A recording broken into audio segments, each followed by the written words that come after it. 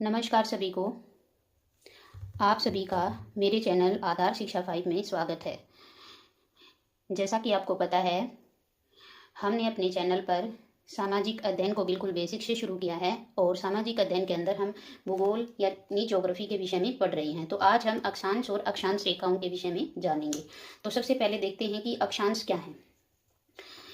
तो देखिए, अक्षांश और अक्षांश रेखाएं क्या हैं। ये अर्थ है और अर्थ के ऊपर मैंने ये एक लाइन यहाँ खींची है जो कि 0 डिग्री है। इसको हम बोलते हैं भूमध्य रेखा और इंग्लिश में बोलते हैं इक्वेटर। ये क्या कर रही है, ये ग्लोब को या अर्थ को दो बराबर भागों में बांट रही है।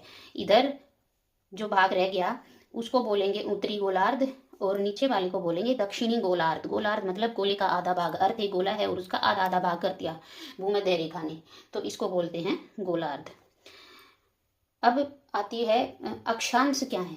अक्षांश इस भूमध्य रेखा से उत्तर या दक्षिण की तरफ कोणीय दूरी है। इस भूमध्य रेखा से उत्तर की तरफ हम कितनी दूर जाते हैं या दक्षिण की तरफ कितने जाते हैं या उत्तर की तरफ कितना जाते हैं, इनकी दूरी कितनी, जैसे ऊपर जाएंगे तो दूरी बढ़ती जाएगी ना यहाँ भूमध्य रेखा से, तो उस कितने एंगल की दूरी है उसको पता लगाने के लिए ये अक्षांश खींची गई हैं, अक्षांश बनाए गए हैं, कोण बनाए गए हैं और फिर उनसे लाइनें खींची, अब जिनको अक्षांश रेखाएं बोलते हैं। जैसे यहाँ ये 23.5 डिग्री का एक कोण बना और यहाँ से हमने लाइन खींच दी, इमेजिनरी लाइन, ये काल्पनिक रेखाएं हैं। तो इधर पश्चिम से पूर्व की तरफ लाइन खींच दी, तो इसको बोलते हैं अक्षांश रेखा। इसी तरीके से यहाँ 0 डिग्री से लेके फिर 1 2 3 ऐसे करते करते हमने उत्तरी गोलार्ध में उत्तर की तरफ 90 डिग्री तक एंगल बनाए और रेखाएं खींची। और दक्षिण में भी हमने 0 डिग्री से इधर नीचे की तरफ जाते हुए 1 2 3 ऐसे करते हुए 90 डिग्री तक कोण बनाए, अक्षांश बनाए और रेखाएं खींची। तो इनको बोलते हैं अक्षांश, और जो रेखाएं खींची उनको बोलते हैं अक्षांश रेखाएं। अब बात आती है ये कितने हैं। देखिए, अक्षांश कितने हैं और अक्षांश रेखाएं कितनी हैं। अब अक्षांश की बात करें तो मैंने बताया कि यहाँ 1 डिग्री 2 डिग्री 3 डिग्री ऐसे करते हुए 90 तक हमने कोण बनाए, अक्षांश कोण बनाए।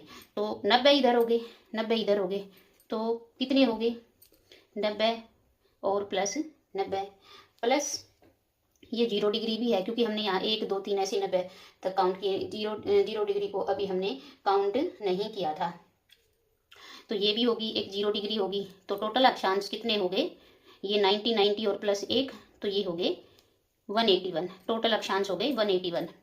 अब बात आती है कि अक्षांश रेखाएं कितनी हैं, वो अक्षांश थे। अब बात आती है कि अक्षांश रेखाएं कितनी हैं। आपको होगी जी जितने कोण बनाए थे उन्हीं से तो हमने जो है ये रेखाएं खींची हैं, लेकिन आप ये देखिए, ये जो लास्ट में बिल्कुल डॉट डॉट आ गया है, हमने बहुत सारी रेखा यहाँ पे खींची, ऐसे बहुत सारी खींची, लास्ट तक यहाँ पर भी खींच दी गई, लेकिन जो बिल्कुल डॉट आ गया है लास्ट में, यहाँ से तो रेखा खींचनी संभव नहीं है, इससे तो हम कोई रेखा खींच ही नहीं सकते। तो एक नीचे साउथ में जो बिंदु है और एक ऊपर नॉर्थ में जो बिंदु है, इन दो कोणों से हम रेखाएं नहीं खींच सकते। यानी कि जो टोटल अक्षांश 181 था उसमें से 2 को हमने माइनस कर दिया, तो ये टोटल कितने हो गई, अक्षांश रेखाएं 179 हो गई हैं। इसको ध्यान रखें क्योंकि ये क्वेश्चन बच्चों को कंफ्यूज करने के लिए कॉम्पिटिटिव एग्जाम में बार बार पूछा जाता है कि अक्षांश कितने हैं 181, अक्षांश रेखाएं कितनी हैं, ये 179 है। तो आई होप ये आपको समझ आ गया होगा कि अक्षांश और अक्षांश रेखाओं में क्या फ़र्क है। अब कुछ महत्वपूर्ण रेखाएं हैं इसमें, उनको हम जानते हैं।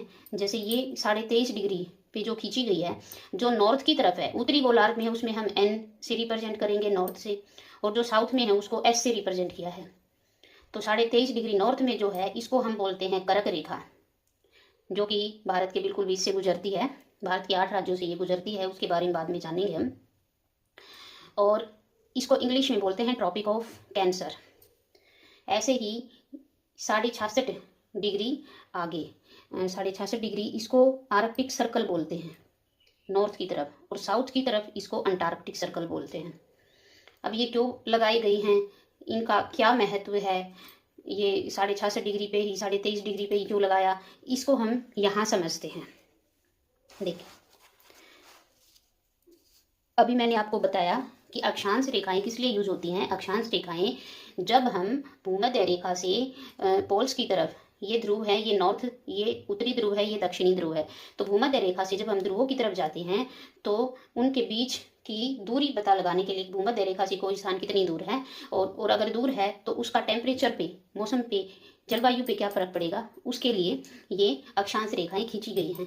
अब इधर हम देखेंगे, जो इधर 0 डिग्री भूमध्य रेखा है, इसके बाद 23.5 डिग्री पे जो कर्क रेखा है, ऐसे ही दक्षिण में 23.5 डिग्री पे मकर रेखा या ट्रॉपिक ऑफ कैप्रिकॉर्न है।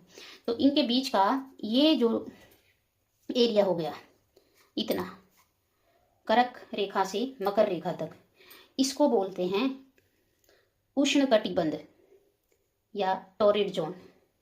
भी क्यों बोलते हैं इसको उष्ण कटिबंध? उष्ण मतलब गर्म।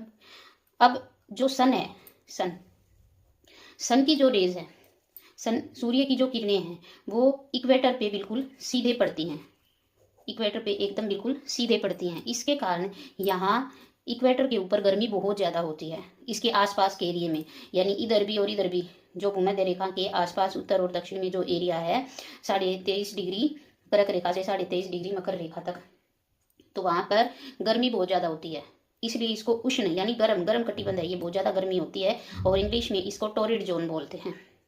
अब हम जब थोड़ा सा भूमध्य रेखा से ध्रुवों की तरफ ऊपर जाते हैं तो सन की जो रेज हैं वो सीधे जाने की बजाय थोड़ी सी ऐसे तिरछी हो जाती हैं, स्लैंटिंग, सीधे नहीं जा पाती, वो थोड़ी सी तिरछी हो जाती हैं। अब किसी चीज़ पे अगर सूर्य की रोशनी बिल्कुल सीधी पड़ेगी तो उसको ज़्यादा गर्म करेगी, जबकि जो तिरछी किरणें हैं वो उसको उतना गर्म नहीं कर पाएंगी। तो इसलिए इधर और इधर 23.5 डिग्री से 66.5 डिग्री नॉर्थ और 23.5 डिग्री से 66.5 डिग्री साउथ में बीच का ये वाला एरिया जो है, इसको टेम्परेट जोन, शीतोष्ण कटिबंध, टेम्परेट। अब शीतोष्ण का मतलब है शीत और उष्ण से बना हुआ, शीत भी है और उष्ण, यानी कुछ तो ठंडा है कुछ गर्म है, क्योंकि सूर्य की किरणें कंप्लीट रूप से यहाँ पे जा नहीं पा रही हैं, सीधे नहीं पड़ रही हैं, थोड़ा सा टेढ़ी हो रही हैं, तो वो उतनी ज़्यादा गर्मी यहाँ पर नहीं पहुँचा पा रही हैं, तो इसको बोलते हैं शीतोष्ण, शीत भी है और उष्ण भी है।